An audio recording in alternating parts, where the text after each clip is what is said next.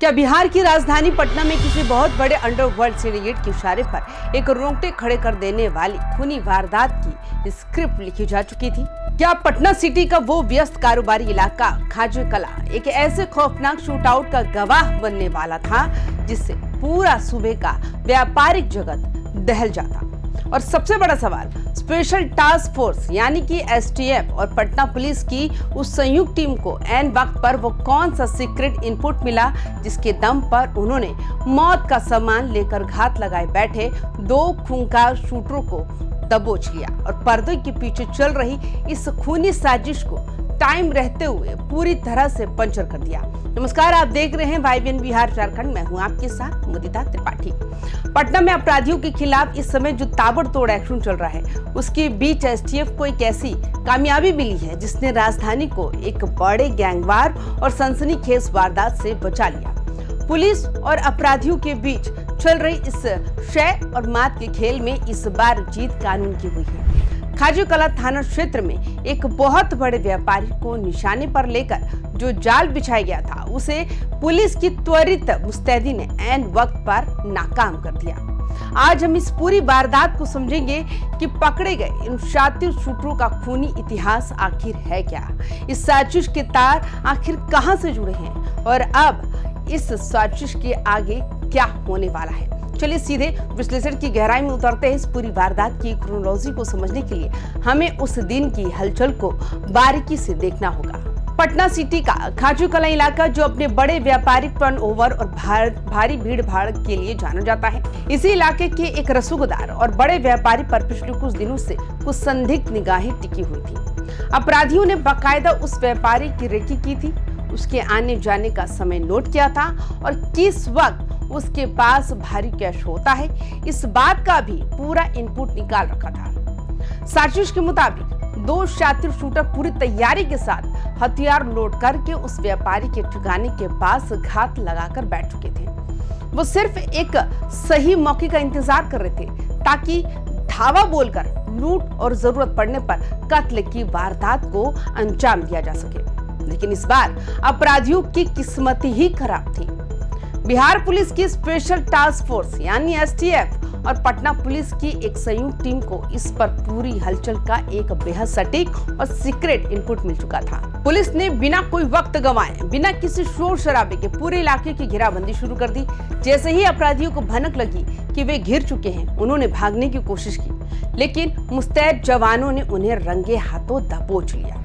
अगर पुलिस की तरफ से चंद मिनटों की भी देरी होती तो पटना की सड़कों पर एक बार फिर सरेआम खून बह जाता और व्यापारियों में खौफ का माहौल बन जाता।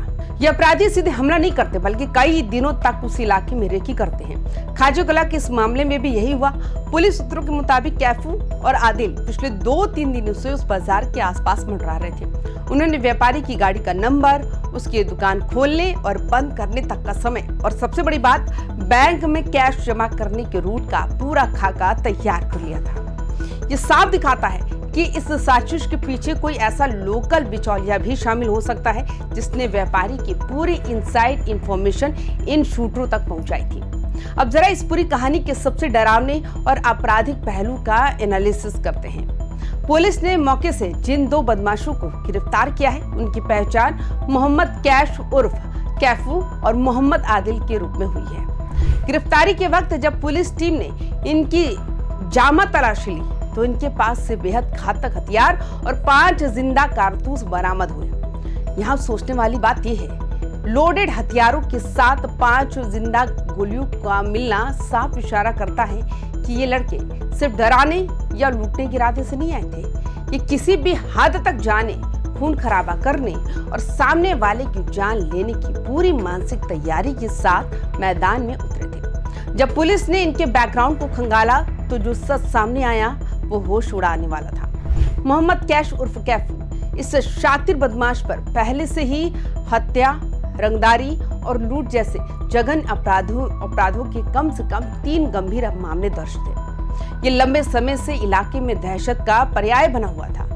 मोहम्मद आदिल कैफू के इस दूसरे जोड़ीदार पर भी अलग अलग थानों में 2 गंभीर आपराधिक मुकदमे दर्ज हैं। ये दोनों कोई नौसिखी अपराधी नहीं है, बल्कि अंडरवर्ल्ड के सधे हुए शूटर हैं जो पैसों के लिए या किसी बड़े गैंग के इशारे पर ऐसी वारदातों को अंजाम देते हैं। पुलिस के रडार पर ये दोनों काफी समय से थे, लेकिन इस बार पुख्ता सूचना के आधार पर इन्हें वारदात को अंजाम देने से ठीक पहले दबोच लिया गया। आज के दौर में अंडरवर्ल्ड के बड़े आका खुद सामने नहीं आते। वे कैफू और आदिल जैसे उन शातिरों का इस्तेमाल करते हैं जिनका पहले से ही आपराधिक रिकॉर्ड होता है, जो थोड़े से पैसे या वर्चस्व की खातिर किसी की भी जान लेने को तैयार हो जाते हैं। कैफू पर हत्या और रंगदारी के 3 मामले होना ये साबित करता है कि वो कानून के खौफ से पूरी तरह बेपरवाह हो चुका था। जब ऐसे बेखौफ अपराधी लोडेड कट्टे के साथ घूमते हैं तो वे समाज के लिए एक बड़ा टाइम बम बन जाते हैं। पुलिस के लिए इन मोहरों को पकड़ना जितना जरूरी है, उतना ही जरूरी उस बैक एंड को तबाह करना है जो इन्हें ये कारतूस मुहैया कराता है। इस सफल ऑपरेशन के बाद जहां एक तरफ पटना सिटी के व्यापारियों और स्थानीय लोगों ने राहत की सांस ली है, वहीं दूसरी तरफ उस बड़े सवाल की जो इस घटना से खड़ा होता है, क्या पटना में व्यापारियों को टारगेट करने वाला कोई पुराना रंगदारी सिंडिकेट फिर से सिर उठा रहा है? अगर हम पिछले कुछ महीनों की कड़ियों को जोड़कर देखें तो सीमांचल से लेकर राजधानी पटना तक सुरक्षा व्यवस्था को लेकर सरकार बेहद गंभीर है, बेहद सीरियस है। हाल ही में लापरवाही बरतने के आरोप में कई पुलिस अधिकारियों पर गाज भी गिरी थी, जिसके बाद से पूरी ब्यूरोक्रेसी और पुलिस महकमा अलर्ट पर है। इस मामले में भी एसटीएफ को आगे इसलिए करना पड़ा क्योंकि लोकल इनपुट ये कह रहा था कि ये कोई साधारण छिनतई का मामला नहीं है। जब हत्या और लूट के पुराने आरोपी एक साथ मिलकर किसी बड़े व्यापारी की घेराबंदी करते हैं तो इसके पीछे अक्सर जेल में बैठे किसी बड़े अपराधी का दिमाग या फिर रंगदारी न देने पर सबक सिखाने का एंगल होता है। पुलिस का खुफिया तंत्र अब इसी बात की बारीकी से जांच कर रहा है कि इन दोनों शूटरों को इस बड़े व्यापारी की सटीक लोकेशन किसने दी थी और इन्हें ये घातक हथियार किसने सप्लाई किए थे। इस पूरे घटनाक्रम में एसटीएफ की भूमिका की जितनी तारीफ की जाए वो कम है। अमूमन देखा जाता है कि जब तक कोई बड़ी वारदात हो नहीं जाती तब तक पुलिस हरकत में नहीं आती, लेकिन यहाँ सटीक इनपुट मिलते ही जिस तरह एसटीएफ और लोकल खाजूवाला थाना पुलिस ने ज्वाइंट ऑपरेशन चलाया वो वाकई काबिले तारीफ है। इस एक्शन की क्रोनोलॉजी ये संदेश देती है कि बिहार पुलिस अब प्रिवेंटिव पुलिसिंग यानी अपराध होने से पहले उसे रोकने की रणनीति पर काम कर रही है। पटना जैसे शहर में जहां कानून व्यवस्था को लेकर विपक्ष हमेशा सरकार को घेरता है, वहां ऐसी कार्रवाई पुलिस के इकबाल को जनता के बीच दोबारा मजबूत करती है। तो अब सबसे बड़ा और संवेदनशील सवाल यही है कि इस बड़ी कामयाबी और गिरफ्तारी के बाद आगे क्या होने वाला है। पुलिस इस सिंडिकेट को जड़ से उखाड़ने के लिए क्या कदम उठा रही है? गिरफ्तार कैफू और आदिल से इस समय पुलिस और एसटीएफ की टीमें कड़ाई से पूछताछ कर रही है। पुलिस का पूरा फोकस उस रूट को क्रैक करने पर है जहां से इन अपराधियों तक अवैध हथियार और जिंदा कारतूस पहुंचे हैं। आने वाले दिनों में हथियारों के तस्करों के ठिकानों पर ताबड़तोड़ छापेमारी देखने को मिल सकती है। इन दोनों बदमाशों के मोबाइल फोन और उनके हालिया कॉल रिकॉर्ड्स को भी खंगाला जा रहा है। पुलिस ये देख रही है कि ये जेल में बंद अपराधियों या शहर के बाहर बैठे किसी बड़े गैंग के संपर्क में थे या नहीं। जैसे ही कोई लिंक मिलेगा, साजिश में शामिल अन्य चेहरों को भी बेनकाब किया जाएगा। इस घटना के बाद पटना सिटी और खाजूवाला जैसे घने व्यापारिक इलाकों में पुलिस ने गश्त और चेकिंग अभियान को दोगुना कर दिया। सादे लिबास में भी खुफिया पुलिस के जवानों को तैनात किया जा रहा है ताकि त्योहारों और कारोबारी सीजन के दौरान व्यापारियों को पूरी सुरक्षा दी जा सके। एसटीएफ और पटना पुलिस की संयुक्त कार्रवाई ने साबित कर दिया कि अगर पुलिस का इंटेलिजेंस नेटवर्क और आपसी तालमेल मजबूत है तो बड़े से बड़े अपराध को होने से पहले ही कुचला जा सकता है। अपराधी जेल के सलाखों के पीछे पहुंच गए, लेकिन असली चुनौती उस पूरे नेटवर्क को खत्म करने की है जो इन मोहरों को पैदा करता है।